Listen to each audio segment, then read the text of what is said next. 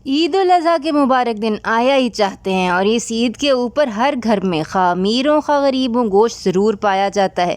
गोश्त एक nutritional power house है। आप किसी भी सब्ज़ी या फल से कंपेयर कर लें, वेट बाय वेट गोश्त के अंदर विटामिन्स और मिनरल्स ज़्यादा होंगे। तो ये बहुत ज़रूरी है कि हमें पता हो कि हम इस गोश्त को कैसे इस्तेमाल करें कि हमें इस न्यूट्रिशनल पावर हाउस के मैक्सिमम बेनिफिट्स मिल सकें। अस्सलाम वालेकुम वरहमतुल्लाहि वबरकातुहू। हीलिंग हिजामा क्लिनिक से मैं डॉक्टर असमा महमूद हूँ और आज बड़े मज़े की बातें होंगी। ठीक है, गोश्त हम कच्चा खाएं या पका के खाएं, अगर पका के खाएं तो किस तरह पका के खाएं, ये सब जानने के लिए सबसे पहले तो हमारा चैनल सब्सक्राइब कर लें और साथ दिए गए बेल के आइकन के ऊपर भी क्लिक कर लें और ये वीडियो एंड तक देखें, क्योंकि इस वीडियो के एंड में आपको एक ऐसा नुस्खा बताया जाएगा कि जिसके इस्तेमाल करने से आपके गोश्त पकाने के अंदर जो हार्मफुल कंपाउंड्स हैं ना, वो 90% कम हो जाते हैं। तो सबसे पहला सवाल तो ये है कि आया गोश्त को पकाना चाहिए भी या कि कच्चा खा लेना चाहिए। तो इसके अंदर ना दो चीज़ें हैं कि जब आप गोश्त पकाते हैं ना तो उसके अंदर इन्फेक्शन जैसे साल्मोनेला इन्फेक्शन या दूसरे जर्म्स हैं ना, वो मर जाते हैं।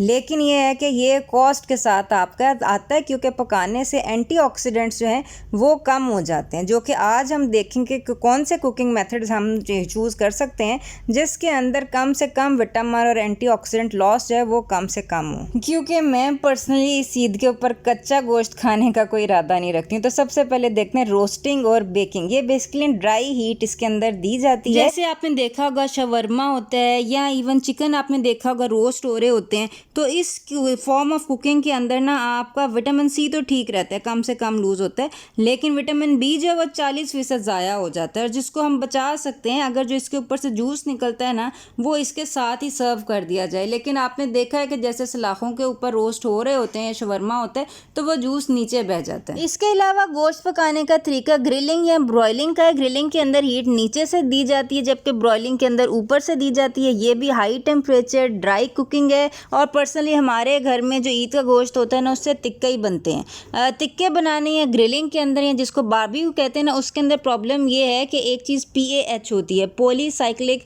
एरोमेटिक हाइड्रोकार्बन्स बन जाते हैं। इसके साथ एक चीज़ होती है AGEs, advance glycation end products. ये हार्मफुल कंपाउंड्स हैं जो कि इस मेथड ऑफ कुकिंग के अंदर ये हाई टेम्परेचर की वजह से बन जाते हैं। बेसिकली यही वजह है कि जिसकी वजह से लोग कहते हैं ना कैंसर बढ़ जाता है गोश्त खाने से। तो ये वाले जो एजेस और PAH है, इसकी वजह से आपकी दिल की बीमारी भी बढ़ती है, कैंसर का रेशियो भी बढ़ता है, और सबसे बड़ी बात आपकी स्किन जो है ना वो बूढ़ी लगने लग जाती है। तो ये नहीं बनने चाहिए, और ये इसीलिए बनते हैं क्योंकि आपकी आग के साथ जब गोश्त लगता है तो जो उसकी प्रोटीन्स होती हैं वो ग्लाइकेट हो जाती हैं, यानी कि वो शुगर के साथ चिपक जाती हैं।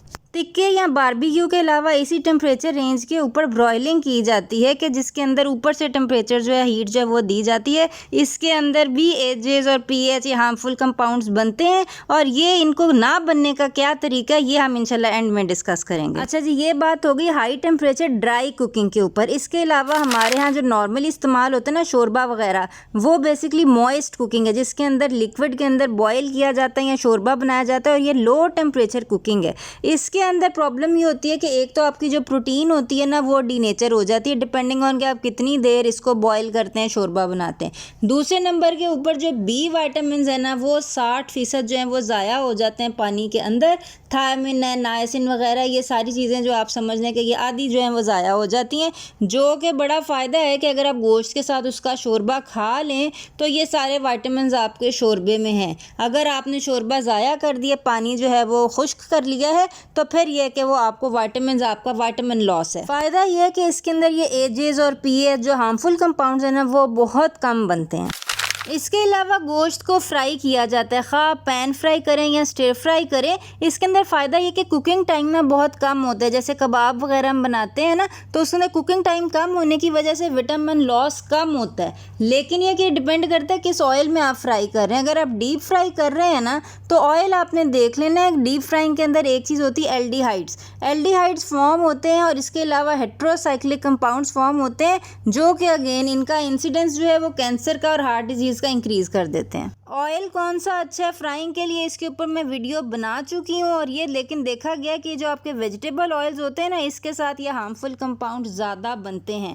तो ये देख लें कि आपने ऑयल कौन सा चूज़ करना है अपनी फ्राइंग के लिए, बहुत इंपॉर्टेंट है। और साथ ही साथ ये भी इंपॉर्टेंट है मीट, आपका गोश्त कौन सा अच्छा है, गोश्त कौन सा अच्छा है, इस पर भी हम वीडियो बना चुके हैं, ऊपर दिए गए लिंक पे आप वो भी देख सकते हैं। इसके अलावा गोश्त को स्लो कुकिंग से भी पकाया जाता है, जैसे देग के अंदर रख दिया और सारी रात वो पकता रहा, ठीक है, जैसे हलीम हम अक्सर बनाते हैं। ये लो टेम्परेचर होती है, ये 80 से लेके 120 से ज़्यादा टेम्परेचर नहीं होता। और अच्छी बात इसकी ये होती है कि जो आपके जूसेस या पानी निकलता है ना, वो गोश्त के अंदर ही रहता है, वो आपने अलहदा ज़ाया नहीं करना होता। ये इसी तरह क्रॉक पॉट होती है, उसके अंदर भी लो टेम्परेचर कुकिंग होती है। और अगर प्रेशर कुकर का अगर आप जिक्र करें ना, तो प्रेशर कुकर बहुत अच्छा तरीका है कि आपका जो एक टेम्परेचर है वो अचीव हो जाता है, बहुत जल्दी आपका जो कुकिंग टाइम है वो रिड्यूस हो जाता है। हालांकि आपका जो टेम्परेचर हो वो काफ़ी हाई अचीव हो जाता है, लेकिन शॉर्ट ड्यूरेशन के लिए। तो इन सब मेथड्स के अंदर से जो बेहतरीन मेथड है ना, वो बेसिकली प्रेशर कुकिंग का ही मेथड है। लेकिन आपका प्रेशर कुकर एल्युमिनियम का नहीं होना चाहिए, जिसको आजकल लोग सिल्वर का प्रेशर कुकर कहते हैं। एल्युमिनियम की बजाय आपने यूज़ करना है स्टेनलेस स्टील का प्रेशर कुकर।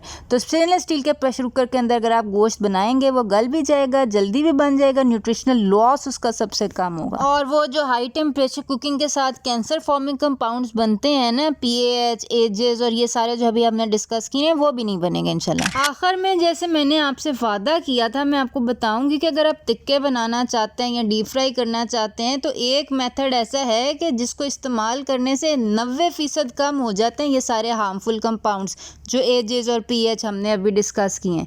और वो ये कि अगर आप अपने गोश्त को मैरिनेट कर दें, अगर आप लहसुन गार्लिक उससे मैरिनेट करें या ऑलिव ऑयल में मैरिनेट करें या लीमू का जूस, लेमन जूस, ये 3 चीज़ें इसके ऊपर रिसर्च हो चुकी है कि अगर आप इसके अंदर मैरिनेट करके अपना गोश्त टिक्का बनाएं बेशक या फ्राई करें अच्छे ऑयल के अंदर, तो उसके अंदर ये हार्मफुल कंपाउंड्स बहुत कम बनते हैं। इनफैक्ट साइंटिफिकली प्रूवन है कि ये 90% कम हो जाते हैं ये कैंसर फॉर्मिंग कंपाउंड्स जो आपके गोश्त के अंदर हैं। तो इस ईद के ऊपर गोश्त बनाइएगा इंशाल्लाह, मज़े मज़े से खाइएगा, लेकिन सेफ़ तरीके से बनाइएगा ताकि उसके अंदर कोई ऐसी चीज़ ना हो जो आपको और आपके घर वालों को नुकसान पहुंचाए। तो मेरी तरफ से आपको और आपके घर वालों को बहुत बहुत ईद मुबारक। एंजॉय कीजिएगा, अपना ख्याल रखिएगा। आइंदा मुलाकात होती है। अस्सलामु अलैकुम वरहमतुल्लाहि वबरकातुहू।